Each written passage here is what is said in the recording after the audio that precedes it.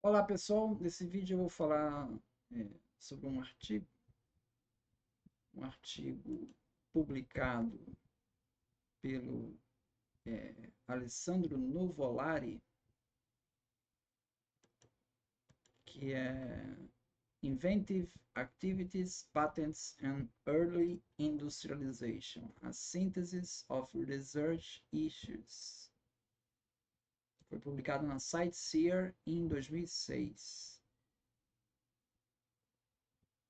Então ele vai analisar o papel do sistema de patentes nas fases iniciais da industrialização britânica.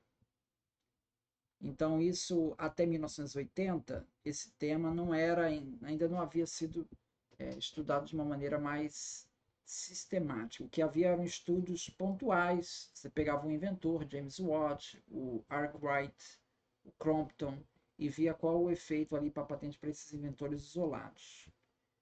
Então, isso tinha, no geral, um certo descrédito que o sistema de patentes pudesse ter alguma contribuição nisso. David Landis, né, no Prometheus Desacorrentado, ele diz assim: vários escritores enfatizaram o efeito de incentivo de legislação de patentes.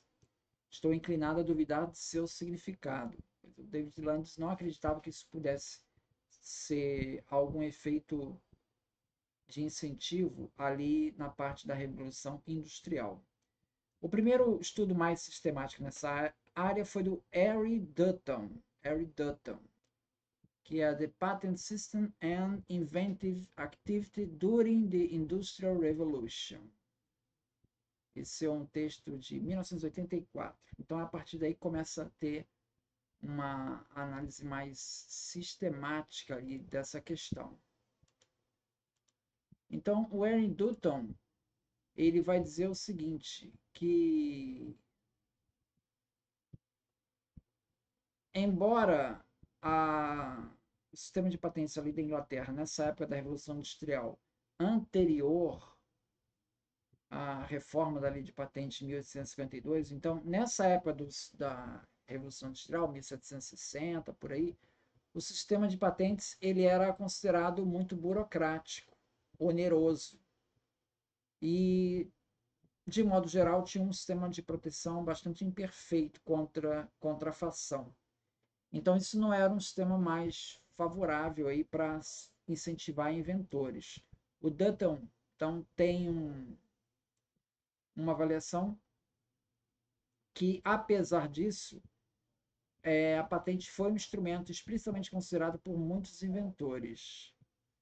Ele também sugere a existência de um grupo de inventores que ele chama quase profissionais, ou seja, indivíduos que tinham várias patentes, usavam muito sistema.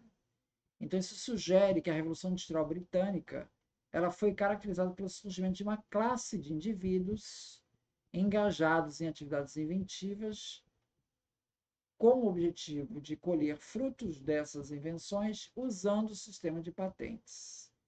Ele vai chamar esses inventores de quase profissionais, que seria a espinha dorsal de uma indústria de invenção nascente. Então, isso significa que os direitos de patentes se tornavam cada vez mais objetos de transações de mercado por licenciamento, parcerias, e esse mercado em expansão para invenções proporcionou uma ampla gama de oportunidades. Em suma, a conclusão de Dutton é que o sistema de patente britânico pode ser visto como um forte efeito estimulante para invenção. Depois temos o trabalho de Sullivan. Sullivan, ele publica ali, eu vou deixar todas as referências aqui no final do vídeo, né? É que na verdade é o artigo, né? Todas as referências se encontram no artigo. O Sullivan, no estudo de 1989, logo depois, ele parece confirmar o julgamento do Dutton. Então, por quê? Ele identifica ali em 1757, e ali está bem dentro da Revolução Industrial, uma ruptura estrutural na série temporal de patentes. Então, existe uma descontinuidade. Essa descontinuidade reflete uma aceleração do ritmo da invenção, que ocorreu na segunda metade do século XVIII, quer dizer, era nessa época, 1757. Então, pelo menos em parte, essa aceleração é explicada pelo desenvolvimento de uma jurisprudência relacionada à proteção dessas patentes. Aí ele fala nessa questão do relatório descritivo, a necessidade de você ter um relatório que descreva a invenção, que vai sendo uma construção dos tribunais britânicos ali do século XVIII. E, como resultado, cada vez mais essas patentes são submetidas a um exame mais minucioso quando um processo por violação chega aos tribunais. Então, esse processo culminou numa decisão da justiça britânica de Liardet versus Johnson, em 1778, em que o juiz Lord Mansfield estipulou que o relatório descritivo tem que ser suficientemente completo e detalhado para permitir que qualquer pessoa possa implementar a invenção. Então, você veja que há, então, um intervalo entre essas patentes, começa a surgir lá no século XVIII, né? E o Estatuto dos Monopólios, que é de 1623, que é apontado como a primeira legislação moderna de patentes britânica.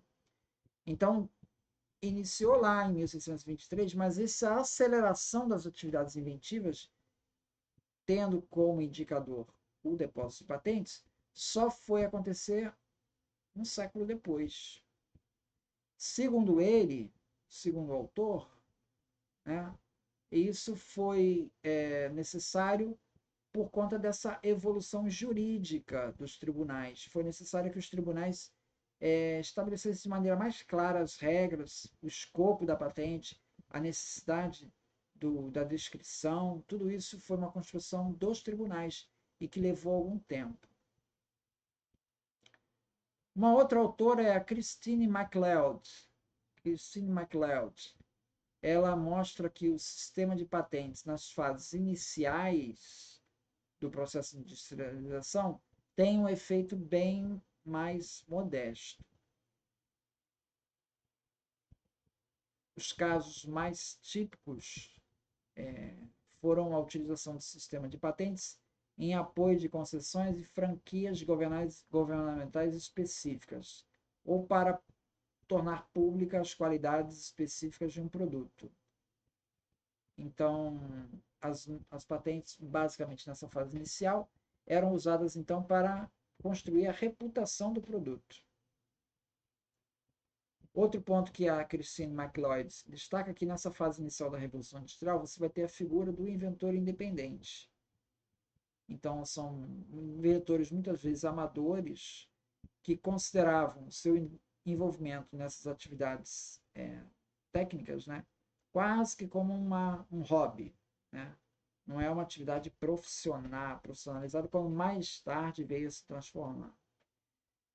Então, esses inventores eles buscavam muito mais o prestígio, o reconhecimento de seus esforços, e não propriamente a exploração econômica de uma invenção específica.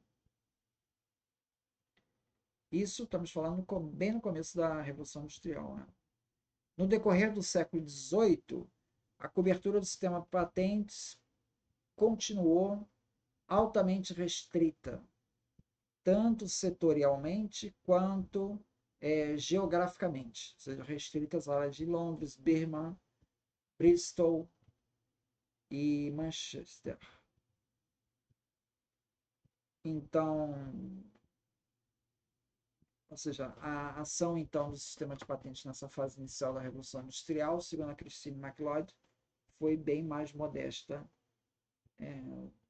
do que se acreditava até então, né? Petra Moser, no estudo de 2005, ela analisou as invenções apresentadas na exposição do Palácio de Cristal, 1851.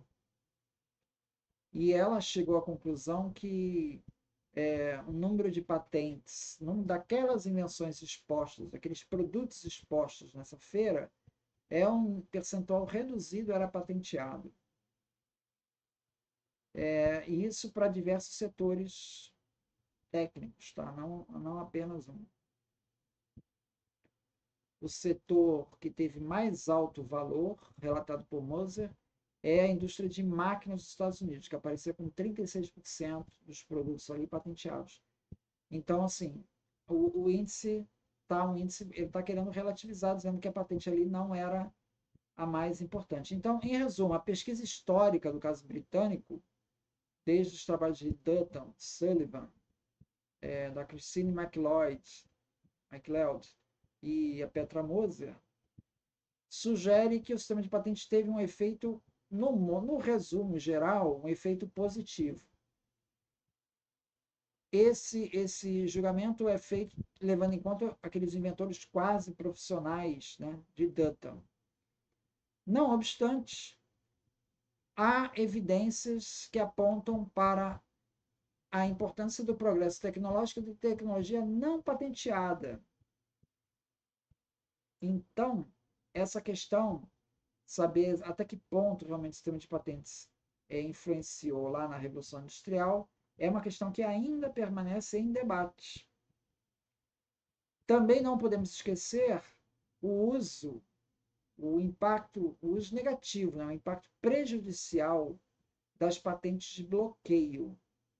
E aí vem para essa questão o condensador, usado lá por James Watt, na motor de combustão dele, que é usado como exemplo de efeito negativo da patente sobre a concorrência, sobre a difusão da tecnologia. Então, é esses pontos que eu queria destacar. Muito obrigado, então.